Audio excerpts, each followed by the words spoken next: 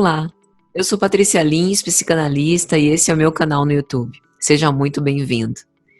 Nós estamos hoje com a proposta de abordar uma questão muito frequente para nós, principalmente na atuação clínica, por parte daquelas pessoas que ainda não tiveram a oportunidade de se submeter ao trabalho analítico e que se questionam: o que se faz em análise? A terapia psicanalítica oferece a oportunidade da escuta, não só pelo analista, como pelo próprio analisando. E uma escuta pautada na ética do sujeito, uma ética que é construída através dessa relação, desse par analista-analisando, que não tem, portanto, juízo de valor e que viabiliza ao sujeito analisado que possa alcançar uma melhor verdade sobre si mesmo, dando-lhe um amparo para atravessar as dificuldades com maior confiança. Então é como se o analista fosse um recurso utilizado pelo analisando, pelo analisado, como uma forma de diminuir as penumbras, os pontos cegos, reconhecer certos pontos obscuros com respeito à sua própria personalidade e começar a se questionar por que faz o que faz. A terapia psicanalítica propõe ao analisando essa ética da dúvida, em que nada está posto e em que as coisas são menos óbvias do que ele consideraria, levando-o a ingressar numa outra lógica, a lógica da razão inconsciente, de modo que a análise propriamente dita começa quando o analisando deixa de se justificar e passa a se questionar. Isso é interessante porque nem todo mundo que faz análise entrou ainda em análise.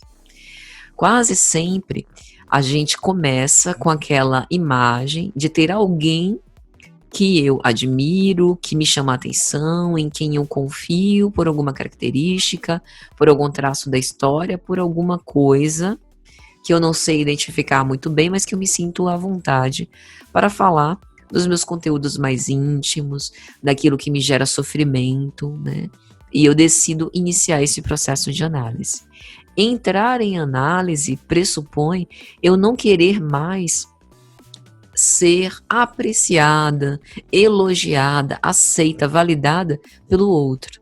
Eu entendo que ele é uma espécie de ponte para mim mesma, entendo que ele é um intermediário para que eu possa acessar as motivações inconscientes e ao invés de me justificar por estar na frente de alguém, eu começo a me questionar e utilizo o analista, que tem essa função preciosa, com esse papel, para que eu possa começar a contestar certas crenças ou verdades que trago comigo.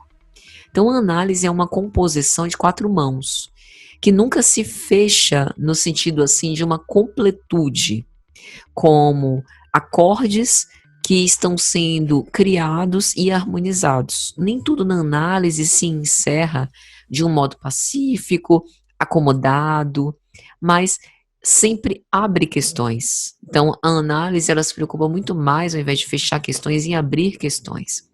Porque enquanto essas questões não se concluem, é justamente aí que está o grande poder da análise, de tornar a cena analítica fecunda e ressoar no analisando as inquietações, que são as inquietações do aluno que busca o conhecimento, né? Então a análise é esse trabalho construído de modo respeitoso, carinhoso, né? Uma carinhosa veemência, como a gente poderia dizer, que visa denunciar que a responsabilidade do mundo psíquico, na verdade, é sempre do analisando, porque muitas vezes a gente acaba projetando essas responsabilidades, nos evadindo dessa posição e transferindo essa responsabilidade para outras pessoas. Por isso a dupla analítica, do analista analisando, vive sempre em um campo de batalha, mas é um bom combate, né?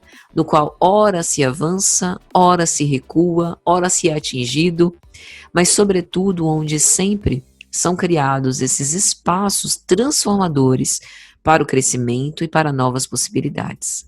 Isso porque, por uma razão inclusive da própria utilidade e providência da análise, não há analista preparado. Eu não estou querendo dizer que não há preparação para ser analista. Lógico que há. E não é o tema desse vídeo em especial, a gente pode falar disso depois, mas eu estou dizendo que não há modelo acabado.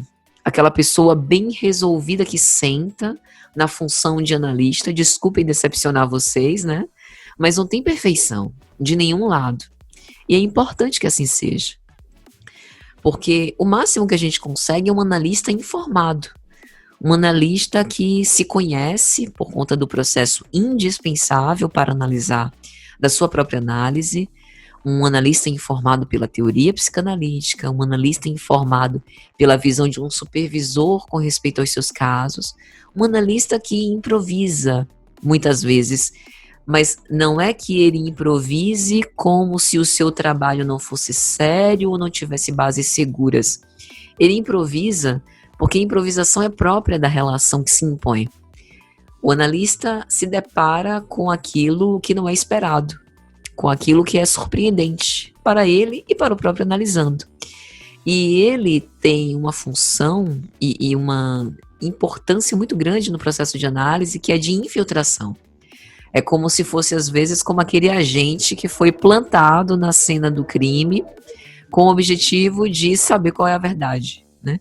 E ele se infiltra nas resistências do analisando, oferecendo a sua própria saúde mental para compreender o analisando, para se colocar no lugar do outro a fim de desenvolver a sua função analítica. Então não é uma tarefa fácil, porque há uma angústia por parte do analista, justamente pela sua imperfeição, pelas suas questões, né, de entrar em contato com esse sofrimento e ter aquela separação justa e importante para que eu também não me envolva diretamente no sofrimento e assim possa ajudar melhor.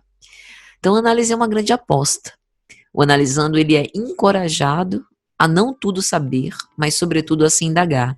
Ele é convidado a simbolizar nessa repetição sintomática no lugar da compulsão de tudo conhecer e precisar explicar. Essa talvez seja uma das melhores conquistas da análise e uma das coisas que mais nos faculte alívio psíquico.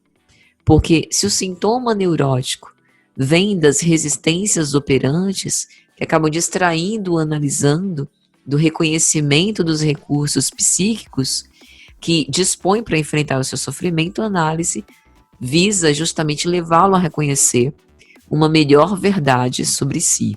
E não se pode esperar muito mais de uma análise, senão uma aproximação, uma melhor intimidade com esse estranho que nos habita e perceber o quanto ele, na verdade, sempre nos foi muito familiar. Então, eu espero que vocês tenham gostado. Eu sou Patrícia Lins, psicanalista, esse é o meu canal no YouTube, e hoje a gente falou um pouco sobre o que se faz em análise. Se você gostou, curta, comente o que você achou, compartilhe com alguém que você acha que pode gostar também desse conteúdo e se inscreva no nosso canal para receber conteúdos sobre psicanálise cotidiana. Muito obrigada e até a próxima.